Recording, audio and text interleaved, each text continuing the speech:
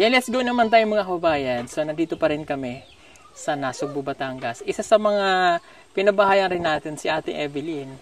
Kamusta na kaya siya? Bugong biyahero, ang hero ng masa, ang hero ng masang Pilipino. Handang maggala sa kabundukan para ang ating kababayan ay mapuntahan. Ang bugong biyahero, handa na tulungan malayong kababayan na nangangailangan. Hindi namimili kahit pa na sino. Bugong biyahero, hero ng masang Pilipino. Ay, hello? Alam niyo hello po? Nandiyan nanay mo? Anak ni Ate Evelyn, ngayon ko lang to nakita. Okay. Si Ate Evelyn ang isa sa mga nanalo sa atin ng sa kalinisan. So, tingnan natin ngayon kung... Anong madali? Wala na. Time's up na. Joke lang. Sige. Ito'y matagal na rito. Pero nagawa sa kanila 2022. Nauna lang yon. Pasok ako? Hindi, okay lang. Hi. Sobrang sakit ng ulo ko kasi galing ako sa biyahe. Pasok ako ha. Kamusta naman? Okay lang. Ang buhay. Sige po. Ay, dugi. Uy! Labas! Hindi, okay na. Masaya nga yung nakatayo eh. Nalalabay ka sa gilid. Ano nga, nilalagay ko lang. Nagpahinga ako ng sakit ng ulo ko, grabe. Oh, kamusta ka naman? Ito, okay lang rin. Okay ka lang? Dali sa agong kordina. Ha? Hindi, okay lang yan. Ang kordina ko sinabi ko kasi sobrang init nga. Hindi kami nagamit ng Ay, nahiya ako sa Ba't ka nahiya? Kamusta ka? Hindi, okay lang pero sir. Ha? Okay lang. Okay ka lang? Anak mo yon? Manugang ko. Sino na isawa? Yung sarili kong anak ng galing sa... Galing Iloilo? Galing sa Leyte. Leyte, sorry. Leyte ka pala. Pinapunta ko dito kasi para ko siya maalalayan kasi bata pa eh. Oo, tapos?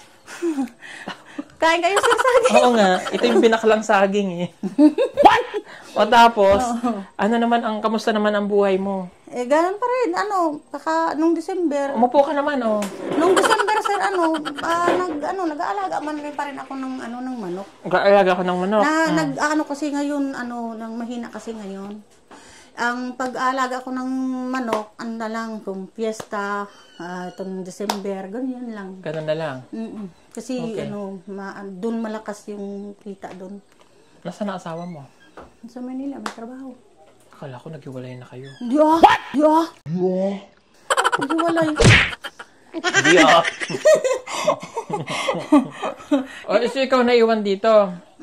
Bakit nung napanood ko sa kay Master Ring, ikaw naman ang wala rito? Hindi, pumunta lang ako doon sa Manila, pumasok ako ng kahit isang 1 month at kalahati lang yun kasi nandun yung anak ko, ginalalayan ko doon. Pero nagka-income rin ako doon sa pag-alalay ko sa anak ko doon. Anong trabaho ng asawa mo doon? Ngayon, nasa plumber pa rin. Sa building. Oo, okay. So, ano ang pinagkakakitaan mo dito ngayon? Ngayon, ako, dito lang din, nag-i-stay lang ako dito. Kasi nang naghahanap buhay, ayaw niya ako pagpatrabahoin eh. Para may bantay daw dito ang bahay. Okay. Napansin ko, may mga bahay na rin doon. Oo, yun sa kanate. Kapatid mo? May isa ka pang nakita dito, kapatid mo rin yan? Hindi ko alam. Yung babae na nandyan? Kapatid mo? Hindi. 3 man lang kami dito. Si tatay? Saka yung si ate. Ba't kamukha nyo? Hindi ko alam. Hindi mo yung kapatid? Ako pala yung mali. Akala ko kapatid. 3 man lang kami dito. Kasi may babae dito akong nakita. Mataba din. Baka anak yan ni ate. Anak ni ate mo, kaya kamukha. Okay, so doon na siya nakatira. Naghiwa-hiwalay na kayo? Oo, yun. Kayo ba'y okay na magkakapatid? Okay naman din. Man kami. Hindi lang. Ngayon lang mayroon lang, mahirap ang salita. Okay. Something. Tapos personal na lang. O sige, inyo. Bagay, personal yung buhay. Pasilip lang ako, ha? Alam mo naman ako pag... Okay, iwan ko kasi sir yung CR ko dyan. Kamusta na? Ano naman, Ere? Kanino naman bahay, Ere? Ang bahay ng anak ko yan, sir. Yan ang sinasabi niya nga dapat. Yun, ang dyan nga ako nasira, sir eh. Ba't nasira? Yun din sa nasira ko sa vlog nga. Sabi daw, ang bahay tsaka lupa yung ginbibinta. Hindi, yung ano lang yun. Yung material lang sana yun. Hindi. Diyan nga ako nasira. Oh, bakit wala nang bubong ang... Hindi kasi nagbagyo yan, sir. Bakit hindi mo binubungan? Mayroon madarating nga bubong may bigay galing sa barangay. Bibigay.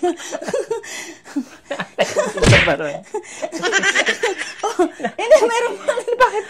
Binubungan namin yan. Nano na rin yung ano lang, yung... Hindi mo man lang. Luna lang. Hindi mo man lang lagyan ng sasa. Hindi, luna. Luna lang yung ano ko dyan. Pero na kayong luna na ano na yung nalalaglag na. Yan, pinatanggal ko na Ano yung nangyari sa'yo? Kasi sipag mo dati Pero malinis naman po bahay niya. Hindi, karating ko pa lang ha. Yung sakit ang duro ng ulo ko. Saan ka ba galing? Nag-asikaso ko sa requirements ng stepson ko. Nag-asikaso ako sa 3 nilang mga requirements sa SSS. Ano nangyari sa kay Sino? yung stepson mo? Hindi na pumapasok. Nasaan na siya? Nandun kay Tatay Will.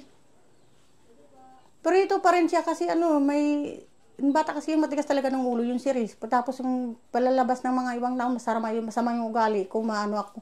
Ngayon hindi na ako stricta, sir, kasi mahirap na mag-extra kaya ako naging mapasama. Kasi ito talaga itong mga bata na yun. Nalulong talaga yun sa sugal. Hindi siya nakikinig, wala sa pinapakinggan sa akin kahit isa.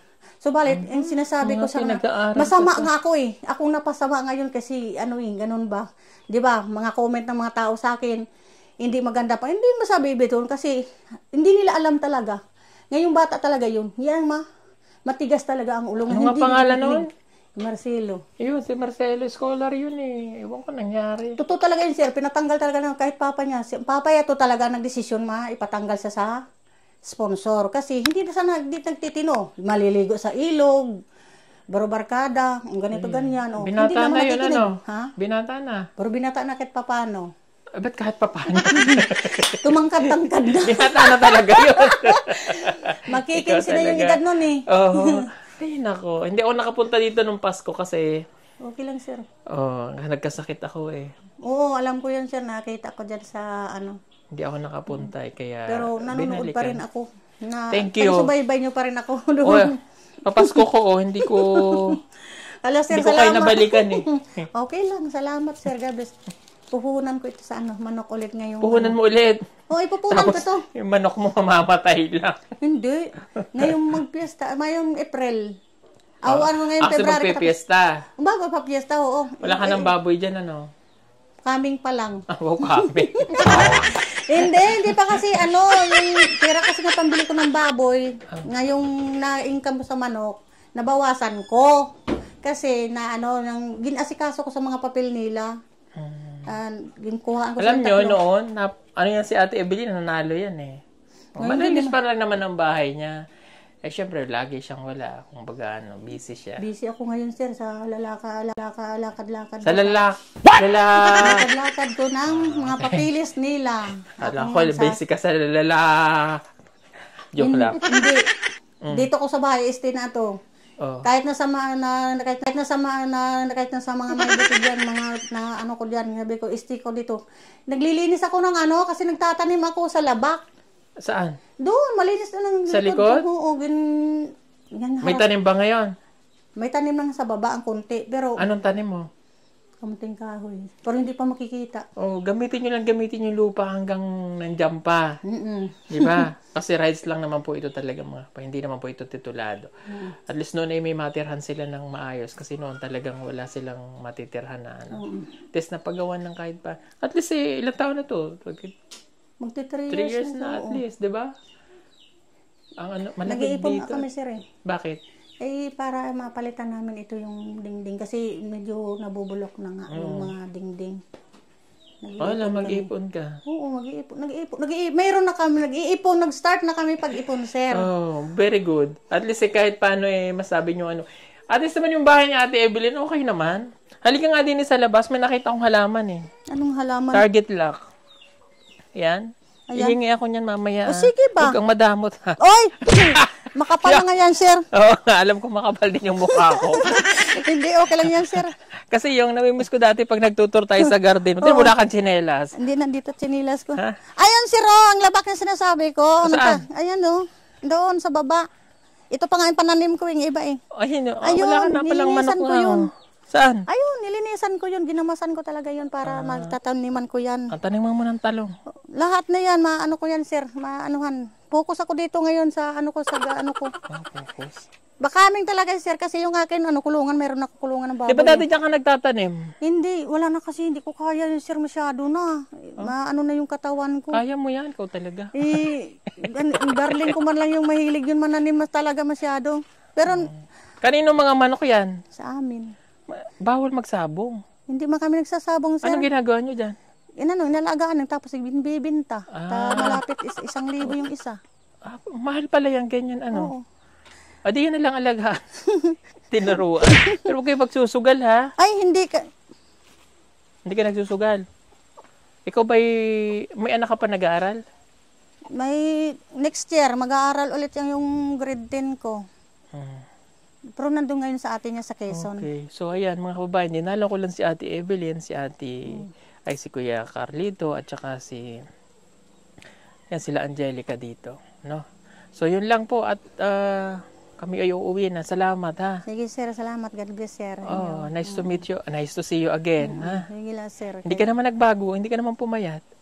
Hindi, tama lang. Ha? Tama lang saya. yung katawan. Tama lang yung katawan kasi hindi naman maganda yung yung mataba eh. Oo nga. Oh. Halika, mayroon akong target lock dito eh. Sige ba? Ha? Pwede bang makahingi ng halaman? Oo, kahit ilang piraso, Huwag kang sir. madamot ha. Sir, hindi maganda yung madamot, sir, ha? Kahit kailan hindi ako naging madamot, sir. Sobrang, ha? Ayan, hingi po ko tayo ng halaman. Ako po ay sobrang mahilig sa halaman. Eh, sir, ikaw na lang pagpili dyan kung gusto mo. Totoo? Ano? Ayan, buhay na. Kumuha ka. Oo. Buhay na, lagay mo lang to sa tubig. Gusto ko nga yan, sir, tawag ito, bawasan. Medyo mahaba-haba, sir, maganda. Ito? Yan, oo. Para may space yung pagtanim mo. Ayan, buhay na yun siya. Ito pa, sir, oh. Gusto ko nga ibawasan talaga to. Tama Kasi na makapal yun. na. Ikaw gusto mo rin? Okay na ako sa isa Bakit lang. anong sign yan? Isang sir? variety lang ako, okay na. Ito ang gusto ko. Ayan. Ito sa tubig lang. To. Tubig lang yan? Ayan. Tingin ko yung kinukuha natin. Ano, sir, maganda, sir. Ayan, oh, yan. Mahilig ako dyan. Ayan, nilalagay ko po yan sa tubig. Oo nga, maganda yan sa tubig. Mahal kaya yan, sir, binibili, sir. Diyan sa yan, lalo na sa Maynila, doon nakita ko mahal. Ganyan ko lang yan. Tapos lalagay ko sa base. Buhay na siya. Ito, mahal ini sa Maynila. Oh, mahal talaga yan. Lalo pag... Lalo pag si... Oo, mahal na talaga yan kasi... Waray ka? Maaram din ako magwaray. Pero hindi ako tunay nga waray. Bahala Natuto kayo lang. dyan. Basta ako hindi ako waray.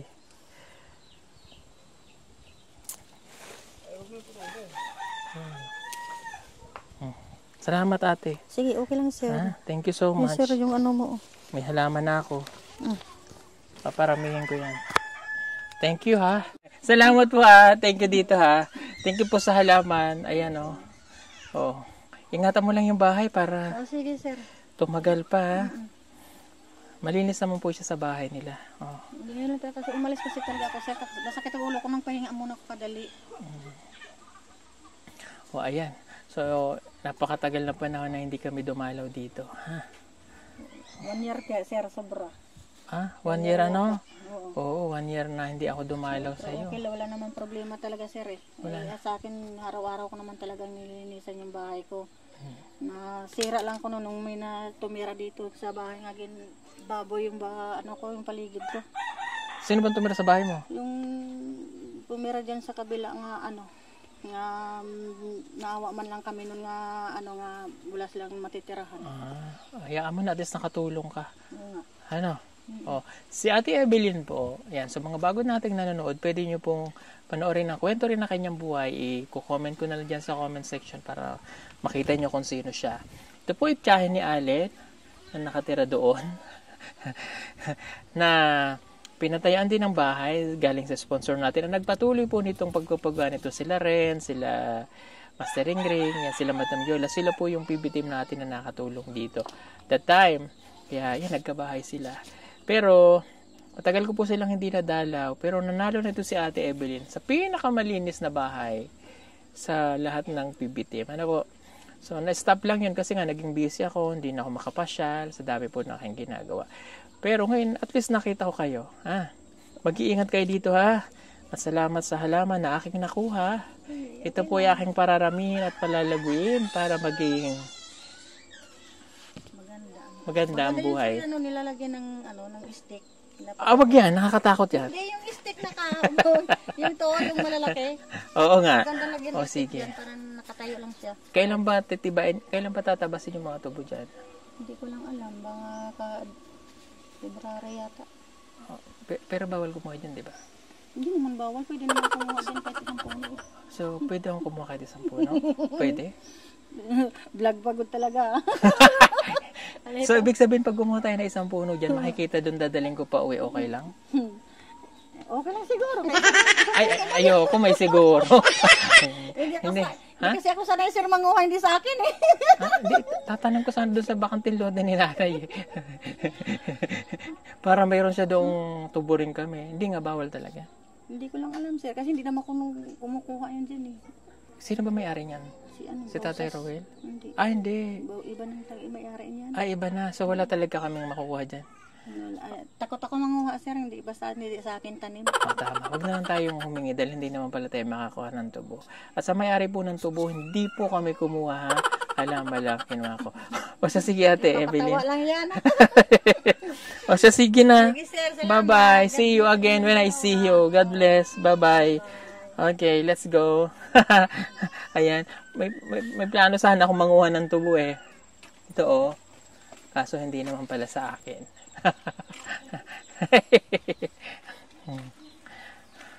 Ay, nauwi na po kami. Pupunta na po ako ng Laguna ulit. Babalik na. Salamat po sa inyong lahat mga kababayan. So, yan lang po. At dinalo ko yung ating mga napabahayan dito sa Batangas. Meron pa tayong dadalawin susunod siguro. Pupuntahan natin silang lahat na para matingnan natin kamusta ang kanilang naging buhay. Makalipas ang ilang taon na natulungan po natin sila. Salamat po. God bless po sa inyo. Bye-bye. Ito nga pala ang 100 watts flat light na aming ibinebenta sa PB Team Solar. Napakaganda nito at napakatibay pa. Pwede nyong magamit indoor and outdoor. Napakaliwanag na nito at talaga namang magiging maganda ang bakuran ninyo lalo na kapag kagabi at hindi nyo na kailangan gumamit pa ng kuryente. May kasama na rin itong remote para maiset ninyo kung anong oras nyo lamang siya gustong pailawin at pwede nyo rin siyang iset ng automatic. Advisable din ito kung mayroon kayong malalaking farm na gusto nyong pailawan sa gabi.